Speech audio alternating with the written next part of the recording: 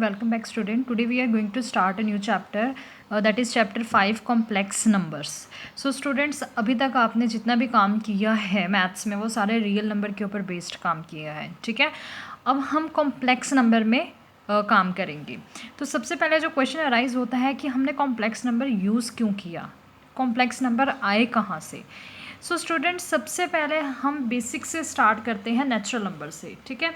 तो जब हमारे पास स्टार्टिंग में नेचुरल नंबर थे तो वो क्या थे हमारे पास 1 2 3 सो ऑन, ओके। और हम जब भी देखो, कभी मैंने दो नेचुरल नंबर को ऐड किया तो आंसर क्या आता है, हमेशा एक नेचुरल नंबर आता है। आप कोई भी दो नंबर ऐड कर लो तो हमेशा नेचुरल नंबर आपका आंसर में आएगा। तो यहाँ तक सारा काम जो हमारा था वो ठीक ठीक चल रहा था, ठीक है। तो लेकिन जब हमने सब्ट्रैक्शन स्टार्ट की, सब्ट्रैक्शन जैसे मैंने 11 - 1 किया तो आंसर मेरे पास कितना आ रहा है 10, तो ये भी नेचुरल नंबर में आया। 5 - 2 किया, आंसर कितना आया 3, ये भी मेरा एक नेचुरल नंबर में आया। बट जब मैंने सब्ट्रैक्ट किया 2 - 5 तो जो इसका आंसर था वो नेचुरल नंबर में आया ही नहीं। तो ये तो ड्रॉबैक हो गया ना नेचुरल नंबर का। नेचुरल नंबर में एडिशंस तो ठीक चल रही थी, लेकिन सब्ट्रैक्शन में जब मैंने काम किया तो सब्ट्रैक्ट मेरे पास जब दो नंबर्स को किए मैंने, तो कुछ सब्ट्रैक्शन के आंसर तो मेरे पास आ रहे थे लेकिन कुछ सब्ट्रैक्शन के आंसर मेरे पास नहीं आ रहे थे। तो ये नेचुरल नंबर का जो था वो ड्रॉबैक था, ठीक है। हमारे पास क्या था, ऐसा कोई नंबर ही नहीं था जो 2 - 5 करके आंसर दे। तो अब उन्होंने क्या किया कि उन्होंने ये लिया कि अगर मैं 2 - 5 कर रही हूँ, मीन्स छोटी टर्म में से बड़ी टर्म जो है वो सब्ट्रैक्ट कर रही हूँ, तो आगे उन्होंने क्या किया, माइनस का साइन, माइनस का सिंबल यूज़ करना स्टार्ट कर दिया, ठीक है। तो जब माइनस का सिंबल स्टार्ट किया, -3 लिखा, वो तो नेचुरल नंबर के सेट को बिलोंग ही नहीं कर रहा था।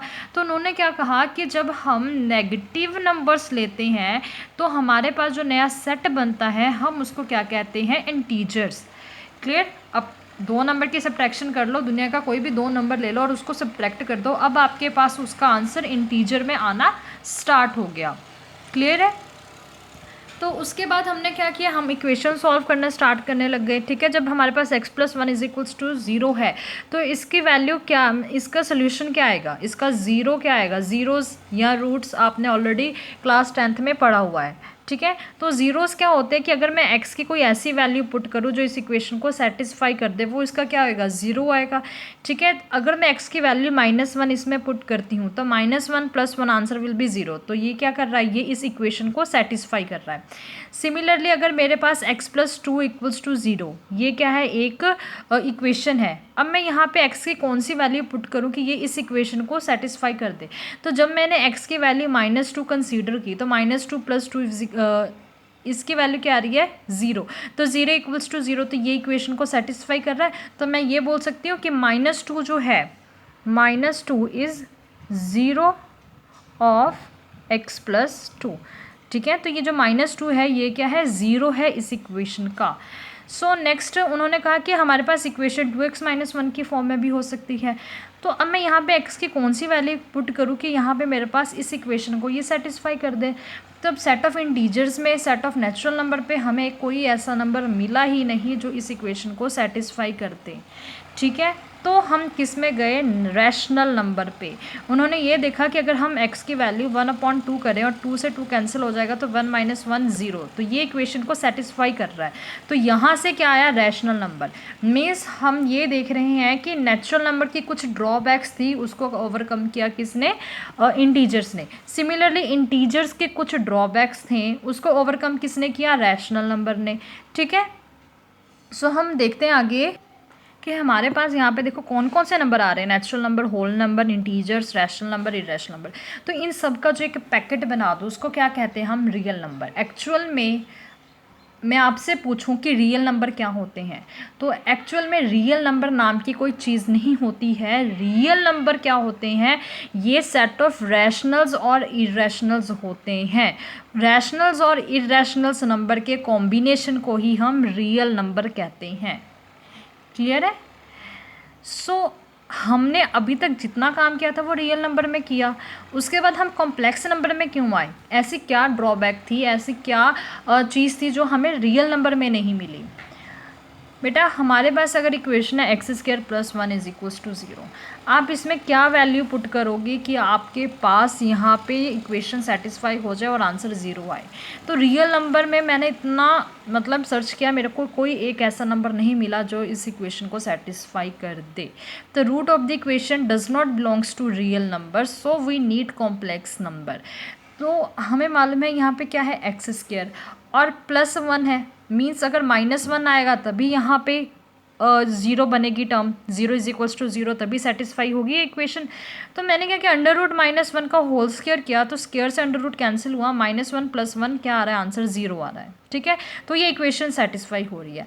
बट हमें मालूम है कि हम अंडर रूट के अंदर कभी भी नेगेटिव नंबर नहीं लेते हैं इन रियल नंबर्स। ठीक है, याद है हमने डिस्क्रिमिनेंट वाले चैप्टर में किया था कि अगर हमारा अंडर रूट डी जो है, अंडर डी निकालते हैं, हम डी निकालते थे डिस्क्रिमिनेंट में क्वाड्रेटिक इक्वेशन वाले चैप्टर में, वहाँ पे हम देखते थे कि डी की वैल्यू अगर ग्रेटर दैन 0 है तो डिस्टिंक्ट रूट मिलते हैं, डी की वैल्यू अगर इक्वल्स टू 0 है तो हमारे पास रिपीटेड रूट आते हैं, और अगर डी की वैल्यू लेस देन 0 होती थी तो हम ये कहते थे कि जो आंसर है वो कॉम्प्लेक्स नंबर में आएंगे, रियल नंबर में इसके रूट्स नहीं आ रहे हैं। क्लियर है? तो यहाँ पे हम ये बोलते थे कि इसके जो रूट्स हैं वो रियल नंबर में एग्जिस्ट नहीं करते हैं, बट इसका ये मतलब नहीं है कि इसके रूट्स ही नहीं एग्जिस्ट करते हैं, इसके रूट्स जो हैं वो एग्जिस्ट करते हैं, बट किस में, कॉम्प्लेक्स नंबर में। तो यहाँ से हमारे पास जो टर्म आ रही है दैट इज़ अंडर रूट -1, ये अंडर रूट -1 जो है वो इस इक्वेशन को सेटिस्फाई कर रही है। तो हमारे पास एक नया सिंबल इंट्रोड्यूस हुआ है यहाँ पे, एक आयोटा, और आयोटा का जो वैल्यू है वो क्या है, अंडर रूट -1। तो अंडर रूट -1 है, इसको हम आयोटा कहते हैं, और यहाँ से हमारे पास कॉम्प्लेक्स नंबर जो है बेटा वो स्टार्ट हुआ है। ओके, तो हम यहाँ पे जो ये टर्म है इसको हम आयोटा कहते हैं। तो यहाँ से इमेजिनरी नंबर स्टार्ट हो रहे हैं। इसकी डेफिनेशन देख लेते हैं। Square root of a negative number is called an imaginary numbers.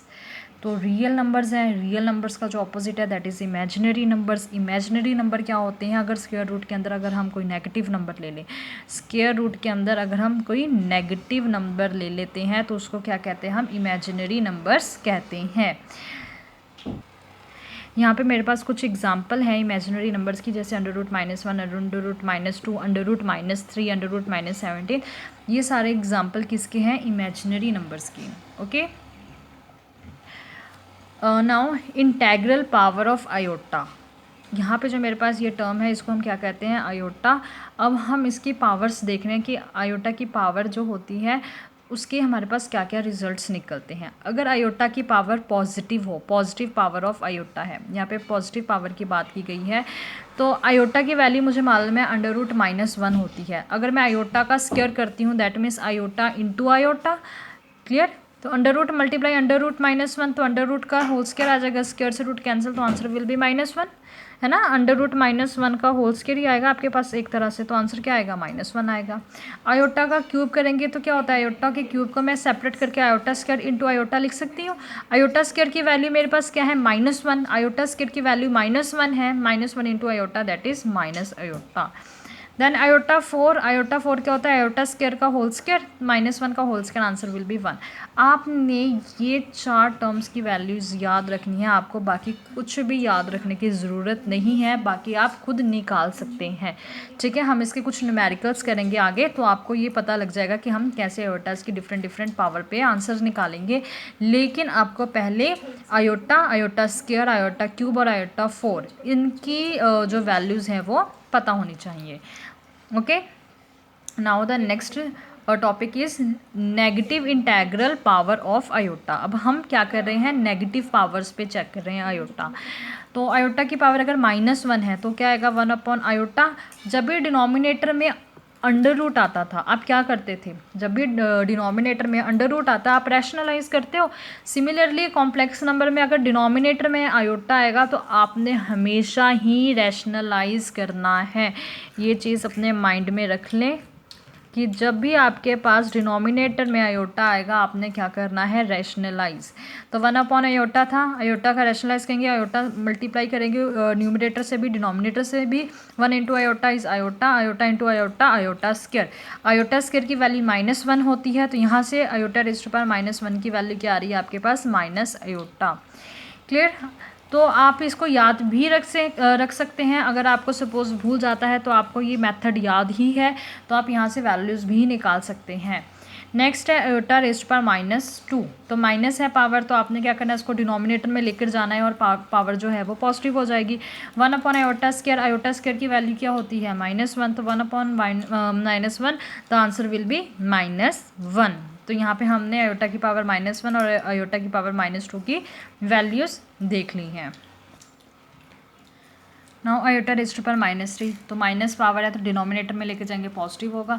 अब मैंने क्या किया है, आयोटा से मल्टीप्लाई कर दिया है, न्यूमरेटर को भी डिनोमिनेटर को भी। नीचे क्या आएगा, iota raised to power 4। Iota raised to power 4 की वैल्यू होती है 1, न्यूमरेटर का आयोटा एज इट इज़ रहेगा, तो आंसर क्या आएगा आपके पास, आयोटा। सो ऑन, आप ऐसे ही डिफरेंट पावर पे वैल्यूज़ क्या है वो चेक कर सकते हैं। Okay, next one is 0 power of iota. अगर आयोटा की पावर 0 आती है तो आंसर क्या होगा, 1।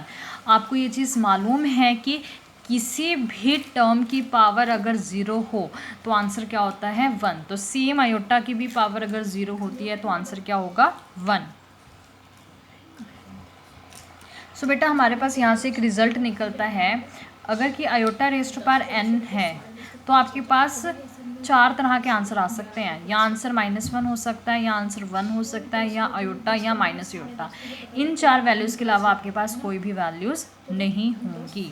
ओके, और पावर जो है that should be belongs to set of integers. Integer जो है वो पावर होनी चाहिए, तभी हमने पीछे वर्ड यूज़ किया था integral power. Integral power means power should be in integers only.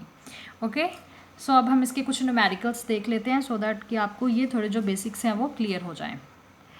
तो question number 1, iota raised to power 9। Iota raised to power 9, आपने हमेशा एक चीज़ माइंड में रखनी है कि जितने भी क्वेश्चन आप इस चैप्टर में करोगे, आपने हमेशा ही पावर जो है आयोटा रेज़्ड टू पावर 4 की फॉर्म में बनानी है। अगर 4 से बड़ी पावर होती है, 4 से छोटी पावर है तो आपने वैल्यूज़ ऑलरेडी लर्न की ही हुई है, आयोटा स्क्वायर की, आयोटा क्यूब की और आयोटा 4 की। तो अब आपने एक चीज़ माइंड में रखनी है कि कभी भी आपके पास कोई क्वेश्चन आता है और आयोटा की पावर 4 से ज़्यादा होती है तो आपने उसको इस तरह स्प्लिट करके लिखना है कि एक आपके पास पावर 4 में आए और एक आपके पास जो पावर है वो मतलब कि जब आप ऐड करो तो आपके पास वही वाली टर्म वापस आ जाए। तो आयोटा 4 × 2 क्या होता है, 8। तो मैंने क्या किया, 9 को 8 + 1, आयोटा रेज़्ड टू पावर 8 + 1 करके स्प्लिट कर सकते थे। तो iota raised to power 8 × iota हो गया। आयोटा रेज़्ड टू पावर 8 है, 8 को मैं कैसे लिख सकती हूँ, 4 × 2। तो यहाँ पे मैंने iota raised to power 4 whole power 2 लिख लिया। ओके, तो आयोटा 4 की वैल्यू क्या होती है, 1। 1 का स्क्वायर कितना हुआ, 1। 1 × iota, answer will B iota.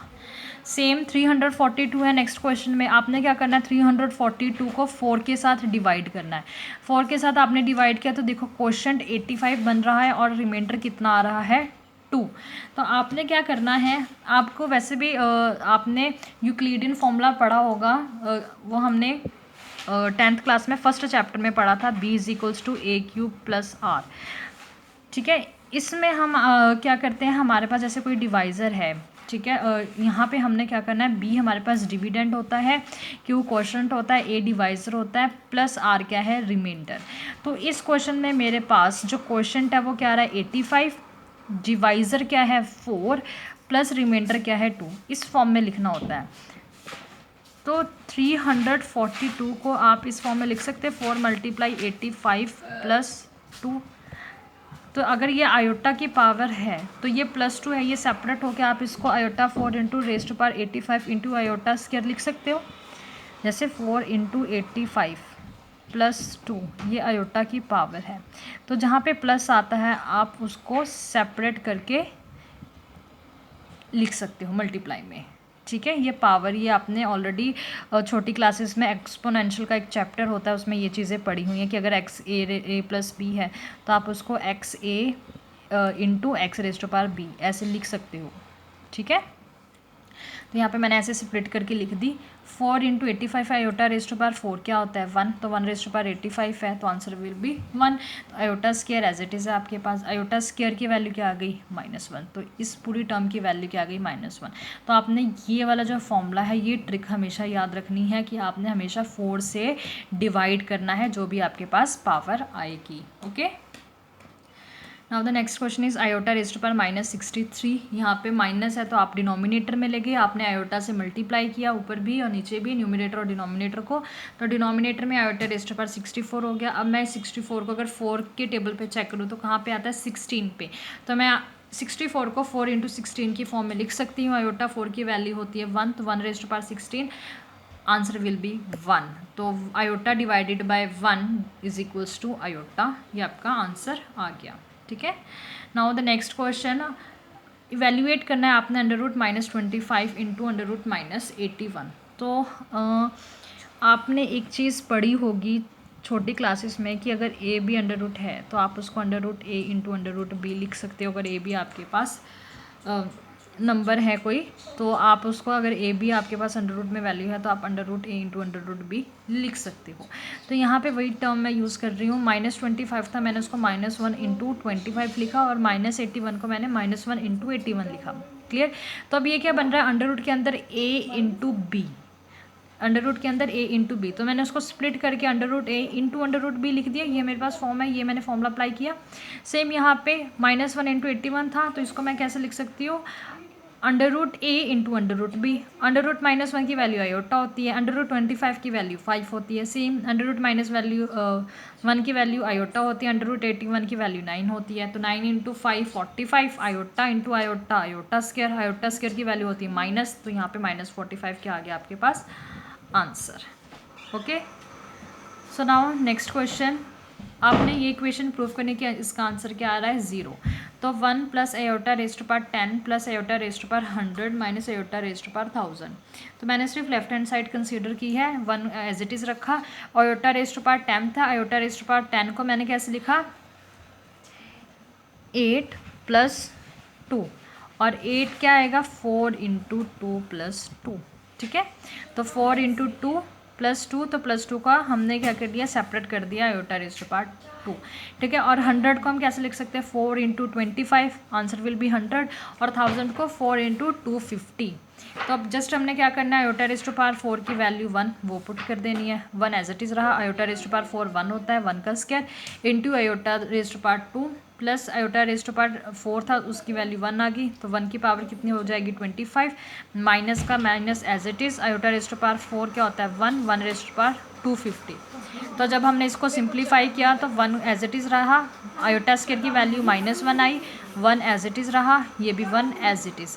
तो प्लस के साथ नेगेटिव कैंसिल, ये प्लस के साथ ये कैंसिल, तो आंसर विल बी 0। क्लियर।